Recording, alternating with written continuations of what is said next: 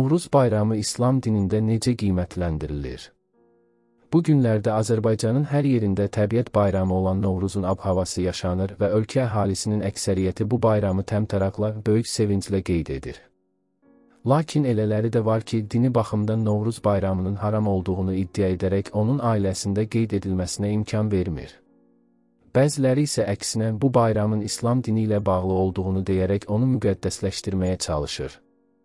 Bununla bağlı açıqlama verən Qafqaz Müsəlmanları İdarəsinin nümayəndəsi rəhmətlik Hacı Şahin Həsənli bildirmişdi ki, əslində Novruz bayramının İslam dini ilə birbaşa heç bir əlaqəsi yoxdur. Lakin müsbət dəyərləri çox olduğuna görə dinimiz ona qarşı çıxmayıb. Novruz bayramının tarixi İslamın yaranmasından çox minillər əvvələ gedib çıxır. Ona görə də bu bayramın yaranmasının heç dəqiq tarixi də məlum deyil. Onun İslamla bağlı olmadığı isə birmənalıdır. Lakin İslam dini Novruz bayramına ümumilikdə müsbət yanaşır. Bu təbiət bayramı baharın gəlişinin qarşılanmasını ifadə edir. Novruz bayramının bir çox ayinləri dini qaydalarla, dəyərlərlə üst-üstə düşür. Bu bayram insanları bir-birinə yaxınlaşdırır. İnsanlar bir-birinin ziyarətinə, görüşünə gedir, küsən insanlar barışır, bayram süfrələri təşkil olunur. Hətta ölmüş insanların məzarları ziyarət edilir, ruhuna dualar oxunur. Bu bayram müsbət dəyərdir, bizim milli adət-ənənəmizdir. Ona görə də İslam dini bu adət-ənənəni müsbət qarşılayıb. Qafqaz Müsəlmanlar İdarəsinin nümayəndəsi qeyd edib ki, İslam dininə görə Novruz bayramının qeyd edilməsinin güya haram olması barədə söylənən fikirlər də yanlışdır. İslam dini yayıldığı ərazilərdə yerli mədəniyyətləri heç vaxt inkar etməyib. Əksinə onları zənginləşdirib və təşviq edib. Lakin İslam dini müəyyən bayramları dinə zidd olan bəzi ayinlərdən təmizləyib. Novruz bayramının qeyd edilməsi də gözəl adət-ənənələrimizdən biridir və İslam dini ilə də heç bir ziddiyyət təşkil etmir.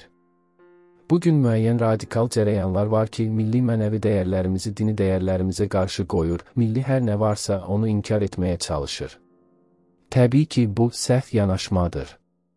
Din heç zaman milli adət-ənənələrlə döyüşməz, ona zidd ola bilməz. İslam dini bir çox xalqlar tərəfindən ona görə rəğbətlə qəbul edilib ki, bu din onların mədəniyyətlərini sıradan çıxarmayıb, əksinə onları təsdiq edib.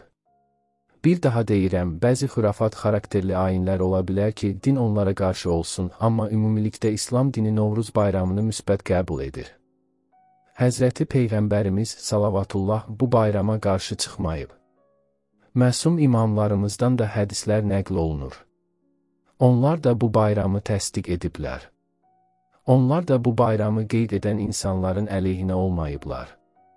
Hətta bu hədislər olmasa belə bilirik ki, İslam dini müsbət dəyərləri, onun mahiyyətinə zidd olmayan hər hansı şeyi təsdiq və qəbul edir. Yəni bu adət-ənənələr dinə, insanlığa, mənəviyyata ziddiyyət təşkil etmişsə, din onu rədd eləmir. Həzrəti Peyğəmbərimiz salavatullah bu bayrama qarşı çıxmayıb. Məsum imamlarımızdan da hədislər nəql olunur. Onlar da bu bayramı təsdiq ediblər. Onlar da bu bayramı qeyd edən insanların əleyhinə olmayıblar. Hətta bu hədislər olmasa belə bilirik ki, İslam dini müsbət dəyərləri, onun mahiyyətinə zidd olmayan hər hansı şeyi təsdiq və qəbul edir. Yəni bu adət-ənənələr dinə, insanlığa, mənəviyyata ziddiyyət təşkil etmişsə, din onu rədd eləmir. Dini Araşdırmalar Mərkəzinin icraçı direktoru Natiq Rəhimov bildirib ki, 1000 ilə yaxındır ki, müsəlman alimlər öz əsərlərində Novruz bayramının mənşəyi, mahiyyəti və müstəhəb əməlləri barədə məlumat verirlər. Bir çox din alimləri öz əsərlərində təqvim günlərinə məxsus şəriət əməllərindən bəhs edərkən, Novruzun ibadət və mərasimlərinə də geniş yer ayırıblar. Çoxdan məlumdur ki, Novruz sözü fars dilində yeni gün deməkdir və konkret astronomik hadisə ilə bağlı gündür.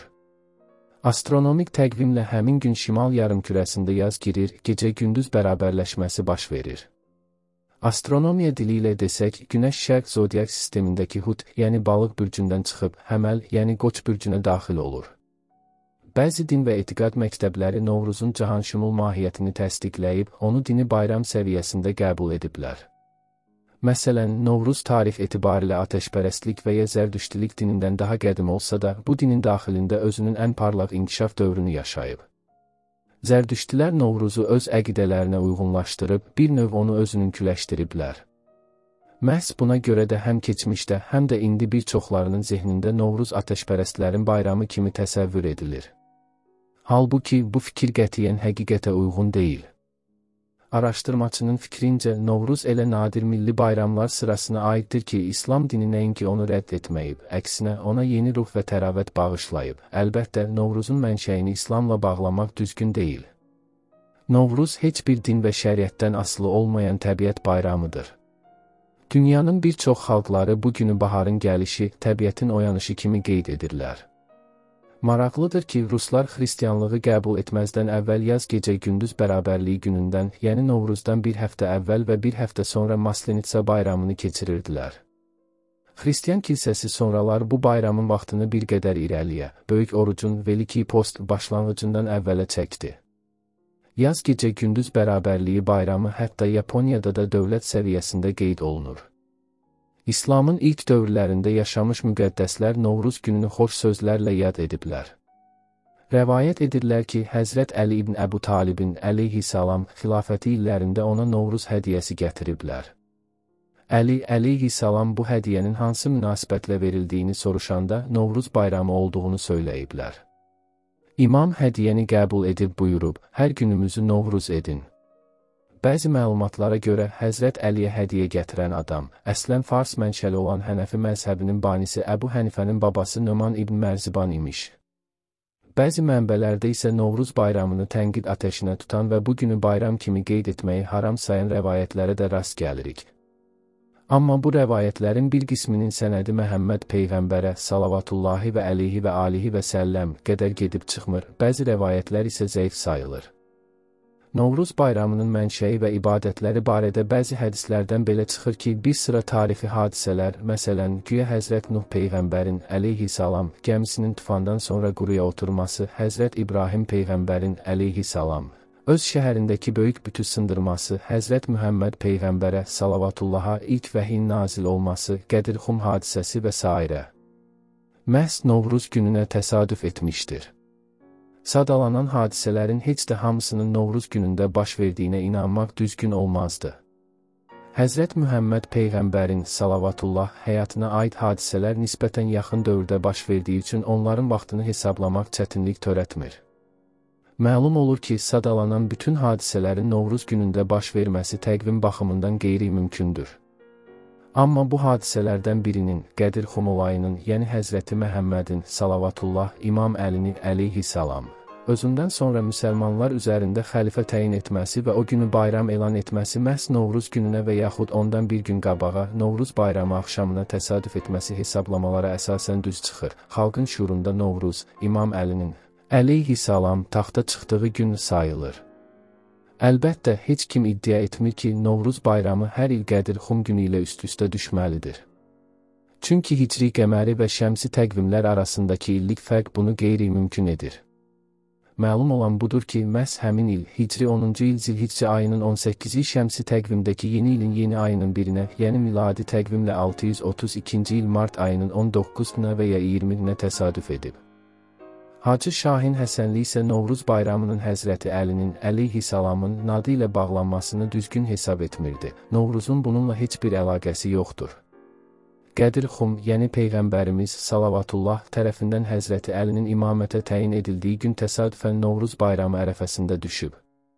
Bu məqam gərək tarixi baxımdan hesablana. Novruz astronomik təqvimlə yeni il hesab edilir. Nəzərə alsaq ki, hicri qəməri təqvimi miladi təqvimə nisbətdə dəyişir, onda əminlikdə demək olar ki, bu bayramın Həzrəti Əlinin əleyhissalamın imamətə təyin olunması günlə birbaşa bağlılığı yoxdur. Əldə etdiyimiz məlumatlar bu qədərdir. Bayramınız mübarək olsun, sağlıqla qalın.